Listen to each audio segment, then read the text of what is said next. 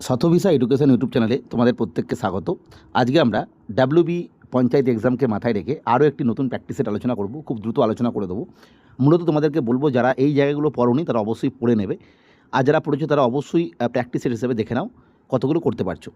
আজকের সেটের প্রথম প্রশ্ন, যে ভারতের কোন রাজ্যের মধ্য দিয়ে কর্কট ক্রান্তি রেখা যায়নি? কর্কট ক্রান্তি রেখা আমরা আগে আলোচনা করেছিলাম 37° নর্থ, সেই রেখাটা যায়নি। এবং কটা রাজ্যের ওপর দিয়ে গেছে সেটাও আলোচনা করেছিলাম, মোট 8টি রাজ্যের ওপর দিয়ে গেছে। অপশন এ গুজরাট, ঝাড়খণ্ড, উড়িষ্যা এবং ডি ত্রিপুরা। আমি তোমাদেরকে বলেছিলাম একটা ট্রিক্স, সেই অনুযায়ী তোমরা যদি দেখো তাহলে এখানে গুজরাট অর্থাৎ গুজরাটের ওপর দিয়ে গেছে, তাহলে এটা হবে না। ঝাড়খণ্ডের ওপর দিয়ে গেছে, এটা হবে না।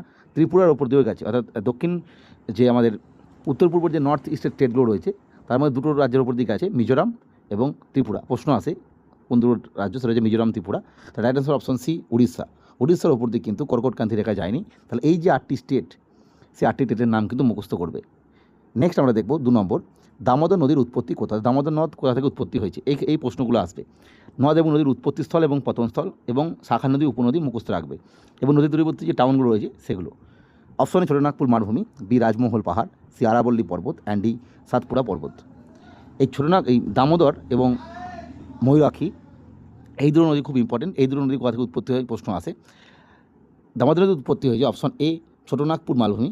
ছোটনাগপুর মালভূমির যে পালাউম পর্বত রয়েছে সেখান থেকে উৎপন্ন হয়েছে দামোদর নদ। নেক্সট আমরা দেখব 3 নম্বর প্রশ্ন, ভারতের বৃহত্তম লবণাক্ত হ্রদ কোনটা? অর্থাৎ লার্জেস্ট যে লবণাক্ত হ্রদ বা লেগুন, সেটা কোনটা?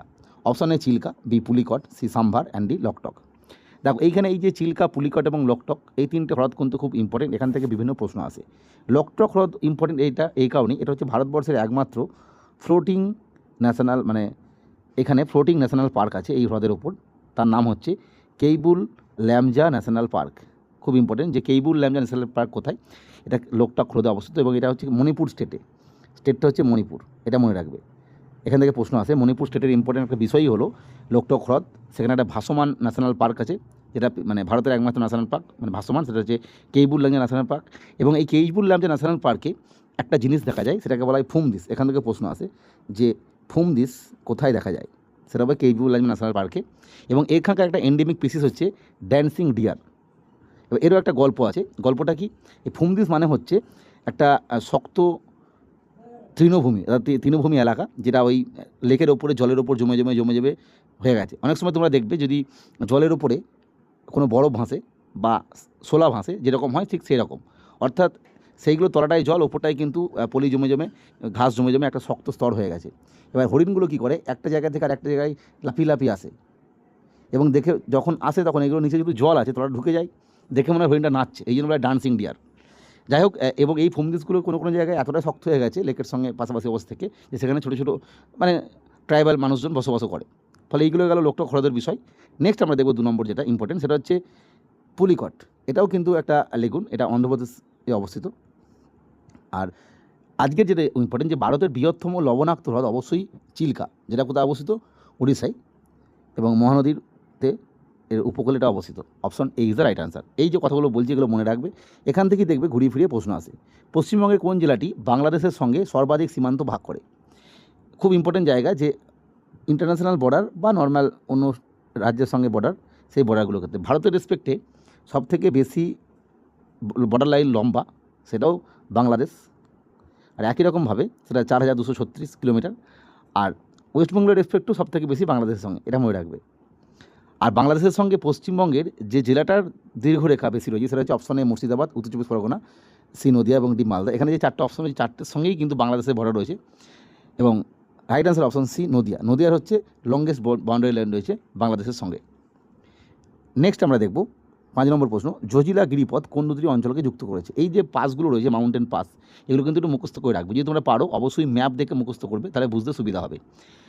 বিশেষত আমাদের সিকিমে যে দুটো রয়েছে সে দুটো খুব ইম্পর্টেন্ট। এছাড়া হিমাচল প্রদেশে যেগুলো রয়েছে, এছাড়া দক্ষিণ ভারতে কিছু আছে, যেমন ধরো তালঘাট, ভোরঘাট, এগুলো আছে। তাহলে এই যে পাসগুলো খুব ইম্পর্টেন্ট, ম্যাপের সাহায্যে মুখস্থ করতে পারলে খুবই ভালো হয়।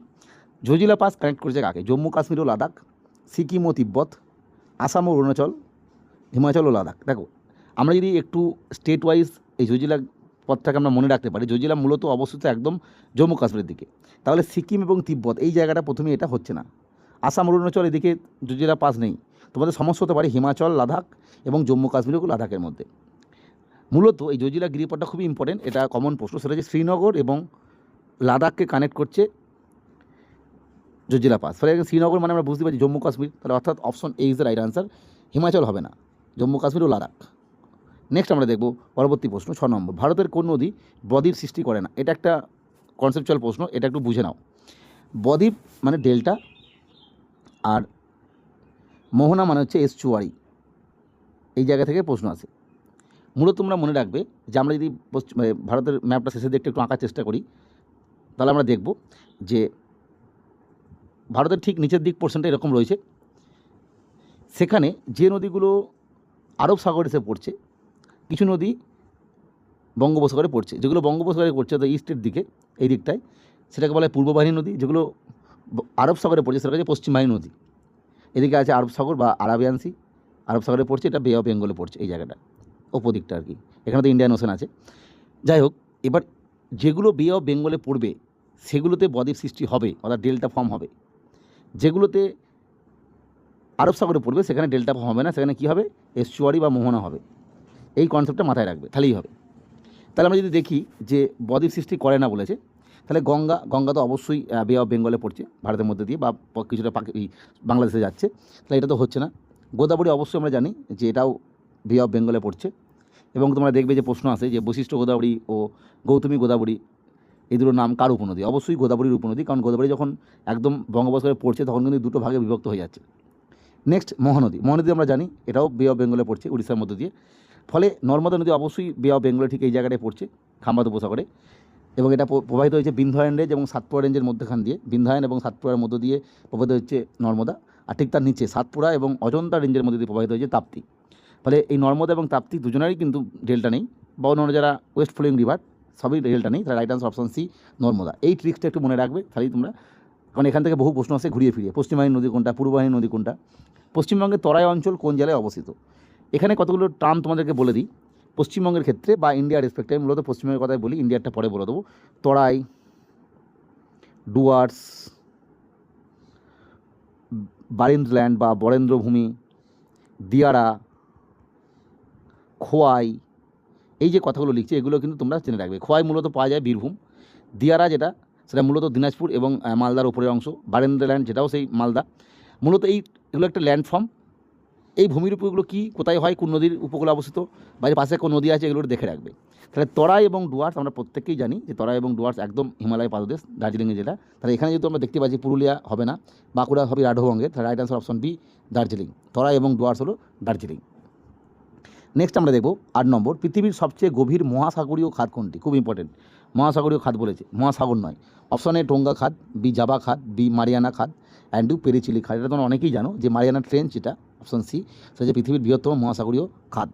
এগুলো কিন্তু মুখস্থ করতে হবে। নেক্সট আমরা দেখব কোন মাটিতে তুলা চাষ সবচেয়ে ভালো হয়, অর্থাৎ কটন চাষটা কোথায় সবথেকে ভালো হয়? অপশনে ল্যাটেরাইট মৃত্তিকা, বি কৃষ্ণ মৃত্তিকা, সি পলি মৃত্তিকা, অ্যান্ড ডি লাল মৃত্তিকা। এই জায়গায় অপশনে এটা না থেকে এরকম থাকতে পারতো রেগুর সয়েল। রেগুর সয়েল মানেও হচ্ছে কৃষ্ণ মৃত্তিকা বা ব্ল্যাক সয়েল, ব্ল্যাক সয়েলে থাকতে পারতো।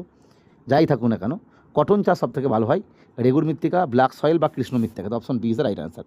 এটা মূলত যেটা পাওয়া যায় সেটা হচ্ছে গুজরাট এবং মহারাষ্ট্রের ওপরের অংশে, কারণ এই জায়গায় দেখবে কটন চাষ ভালো হয়, তুলা চাষ ভালো হয়। তাহলে টেট হিসাবেও আমরা উত্তর করতে পারবো, মাটি হিসাবেও উত্তর করতে পারবো। নেক্সট আমরা দেখব 10 নম্বর প্রশ্ন, ডুয়ার্স অঞ্চল কোন নদীর অববাহিকায় অবস্থিত? আমি একটু আগে আলোচনা করলাম তরাই এবং ডুয়ার্স। অপশনে তিস্তা, দামোদর, অজয় এবং কংসাবতী। আমি বললাম যে তিস্তা নদী প্রবাহিত হয়েছে ঠিক এইভাবে দার্জিলিংয়ের উপর দিয়ে। তার ঠিক তিস্তা নদী যেটা প্রবাহিত হয়েছে, যদি আমরা এটাকে ইস্ট এবং ওয়েস্ট ভাবি ম্যাপের দিক থেকে, তাহলে এই দিকটা হচ্ছে ডুয়ার্স, এই দিকটা হচ্ছে তরাই, এটা মনে রাখবে। আর তিস্তা নদীর সাপেক্ষে যদি আমরা ভাবি, তিস্তা নদী দিক দিয়ে প্রবাহিত হচ্ছে, উৎপত্তিস্থল থেকে পড়ছে একদম গিয়ে বঙ্গোপসাগরে, অবশ্য ব্রহ্মপুত্রতে মিশে যাচ্ছে বাংলাদেশে। ব্রহ্মপুত্রের একটা ট্রিবিউটারি হচ্ছে তিস্তা।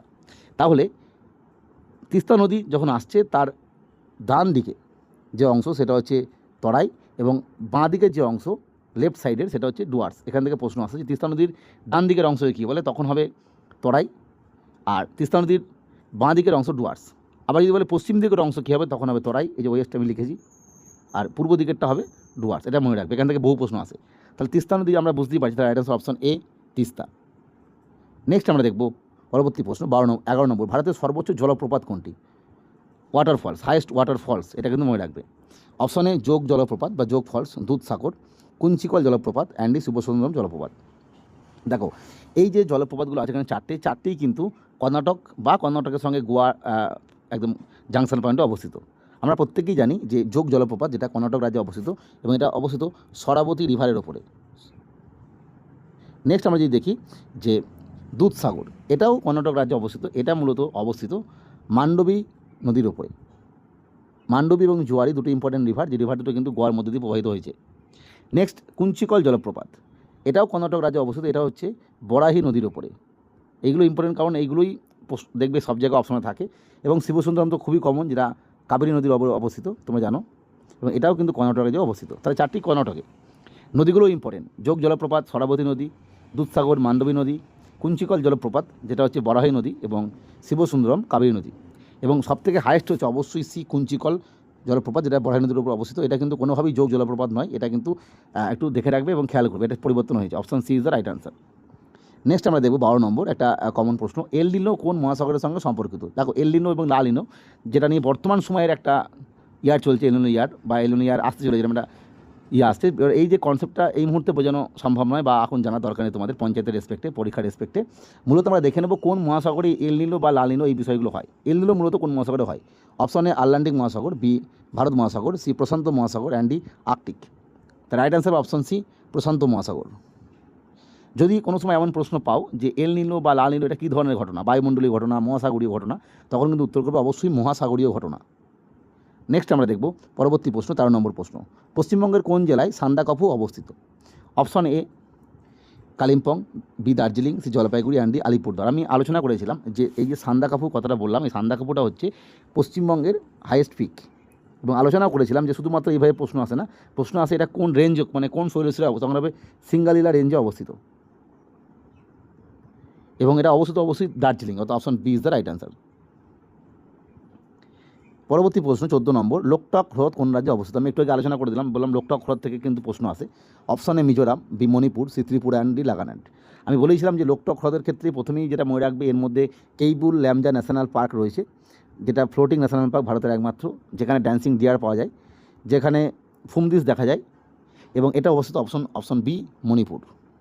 এবং মণিপুরের আরেকটা ইম্পর্টেন্ট ফ্যাক্ট যেটা প্রশ্ন আসে, মণিপুর থেকে বরাক রিভার প্রবাহিত হয়েছে, যেটা আবার বাংলাদেশে গিয়ে পদ্মার সঙ্গে মিশেছে। নেক্সট আমরা দেখব 15 নম্বর প্রশ্ন, এবং আজকে সেটা শেষ প্রশ্ন, ভারতের বৃহত্তম নদীদ্বীপ কোনটি? Option A Majuli, B Bhasanchar, C Umananda, and D Sagardwip. এই জায়গায় একটা প্রশ্ন মানে কনফিউশন হয় যে অনেক সময় ব্রাজিলের একটা দ্বীপ রয়েছে, সেটা অনেক সময় ফার্স্ট হয়ে যায়, যেমন দেখে রাখবে যখন পরীক্ষা দেবে। তবে আপাতত নতুন তথ্য অনুযায়ী বৃহত্তম নদীদ্বীপ হচ্ছে মাজুলি, যেটা আসামে অবস্থিত, মানে আসামের মধ্যে, স্টেটের মধ্যে, এবং যেটা মানে নদী যদি ভাবি সেটা হচ্ছে ব্রহ্মপুত্র রিভারের মধ্যে অবস্থিত, অর্থাৎ option A is the right answer. দেখ আজকে আরও 15টি প্রশ্ন আলোচনা করে দিলাম। অবশ্যই আমরা তোমাদের স্বার্থে আরও 15টি প্রশ্ন নিয়ে প্রতিদিনই আপডেট দিতে থাকবো। ভিডিওয় কত নম্বর পাচ্ছ তোমরা প্রত্যেকে কমেন্ট বক্সে জানাতে পারো।